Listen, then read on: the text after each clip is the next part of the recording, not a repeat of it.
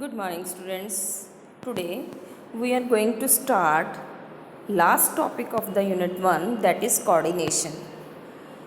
Under this topic you have to cover two important concepts in the coordination, that is nature, feature and characteristics of coordination and importance of coordination. Nature आ जाए बेटे, feature आ जाए, characteristics आए, तो आपको वो same एक ही content में मिलेगा. It is the same thing. And also we will discuss various importance and why there is a need of coordination. Need आ जाए, इम्पॉर्टेंस आ जाए, तो आपको वही कंटेंट लिखना है. एक क्वेश्चन इसमें अ सेंस ऑफ मैनेजमेंट है, वो पिछली बार डिलीट हो गया था, लेकिन अभी मैं आपको करवा रही हूँ क्योंकि अभी आपका नया सिलेबस इसमें आया नहीं है बेटे. तो you have to learn the definition. You can learn this very definition for the meaning of coordination and see the definition of the coordination. Coordination is the process. It is not a single step activity. It includes various steps. So that is why coordination is a process. It is not a separate function of management, but it is the essence of management. And without coordination, we cannot establish harmony among the different departments, different people and different specialists. कहने का मतलब है कि ये इतना महत्वपूर्ण है कि ये अलग से function planning, organising, staffing, directing, controlling की तरह इम्पॉर्टेंट फंक्शन ऑफ मैनेजमेंट नहीं है, बल्कि ये एक प्राइम नीड है, इम्पॉर्टेंट नेसेसिटी है for the management to establish harmony, unity, integration और synchronising the activities of different individual, different department, different levels and different specialist. तो ये एक वो अमूर्त शक्ति है, ये एक वो पावर है जो कि सभी ऑर्गेनाइजेशन के सभी लेवल्स को, सभी पीपल्स को, सभी डिपार्टमेंट को एक माला के मोती की तरह एक बद्ध कर देती है. तो तालमेल स्थापित करने में ये हेल्प कर सकती है.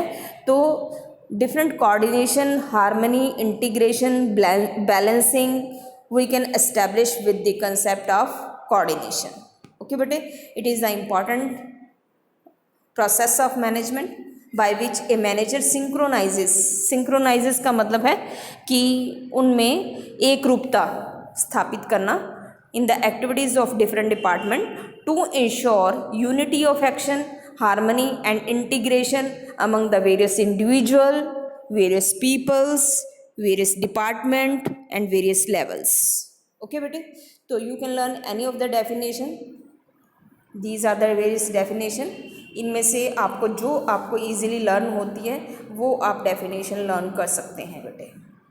These definitions are also known as also given in the NCERT, but these definition may also in the your board exam to identify the concept.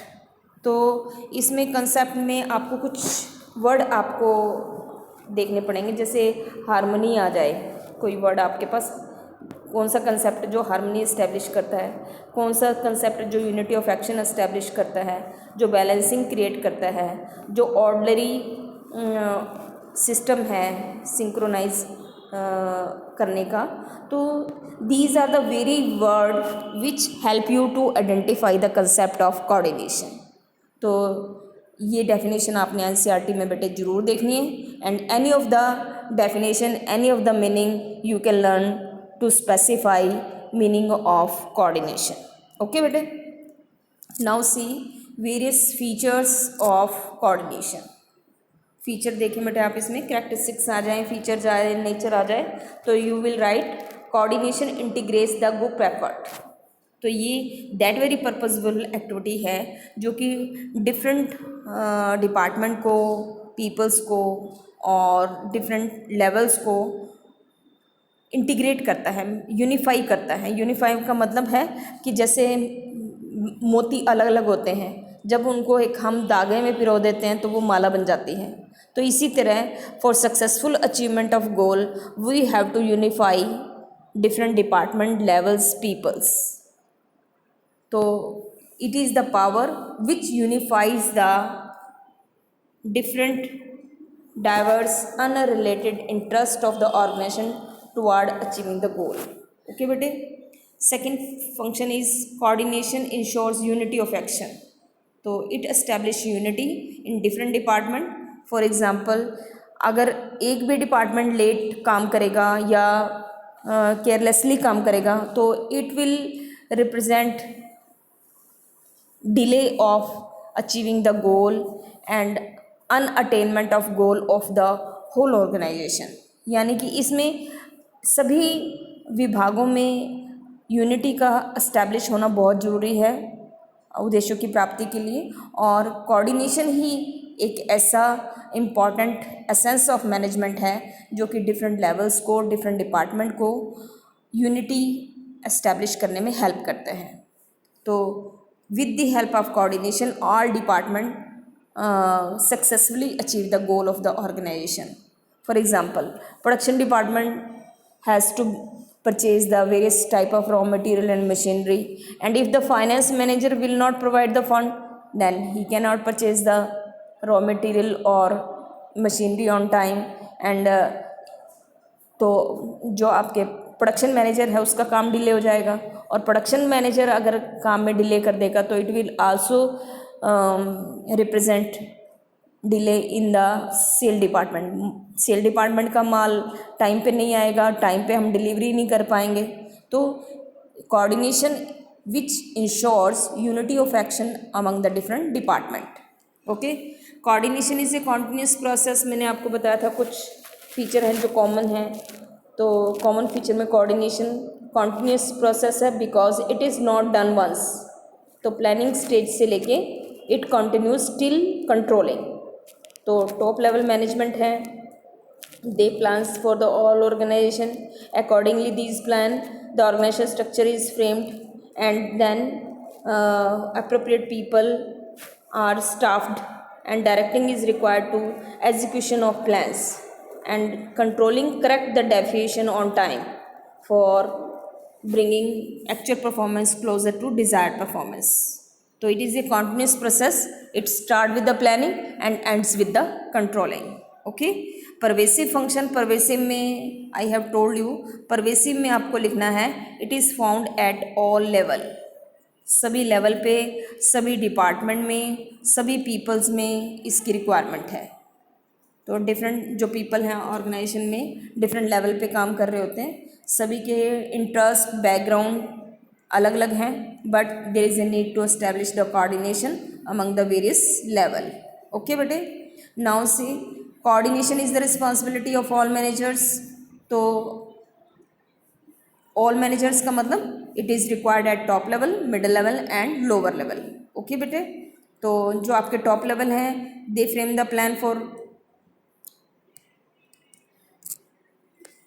देखिए बेटे आप इसमें top level manager need to coordinate their subordinate and middle level they establish the coordination among the various department and lower levels establish coordination with the workers to carry out the plan. Okay बेटे, now see the last point of the feature that is coordinate function. तो coordination को आपने cooperation के साथ बेटे इसमें 3 difference learn करने हैं। तो कोऑर्डिनेशन जो है वो आपका कॉन्शियस और डेलिब्रेट एफर्ट है, और कोऑपरेशन है वो वॉलंटरी एफर्ट है on the part of workers, and it is not a conscious और deliberate effort but it is a voluntary effort. Voluntary effort to work together it is known as cooperation. And coordination क्या है, एक systematic और deliberate function है। Deliberate का यहाँ पे मतलब होता है, डेलिब्रेट मीन्स जो प्लान्ड है, सिस्टमेटिक है, जो सोच समझ के हमने बनाया है, that very function is known as deliberate. Okay बेटे, इसको हम सोच समझ के करते हैं और बिना सोचे समझे कोऑर्डिनेशन को एस्टैब्लिश नहीं किया जा सकता। ठीक है, तो सभी लेवल्स पे चाहिए, ये परवेसिव था और ये सोच समझ के सभी मैनेजर्स के द्वारा डेलिब्रेट फंक्शन इस्टेब्लिश किया जाता है। तो ये क्या है, एक coordination is a deliberate function and it is a conscious effort. Conscious का मतलब जो होशो हवास में हम करते हैं, बेसुध होके नहीं कर सकते इसको। तो कोऑपरेशन जो है वो इसके बिल्कुल ऑपोजिट है। And you can learn 3 difference between coordination and cooperation. And tomorrow we will discuss the importance of coordination and need of coordination given in your syllabus, and read it carefully. If any problem you can ask me. Have a nice day beta.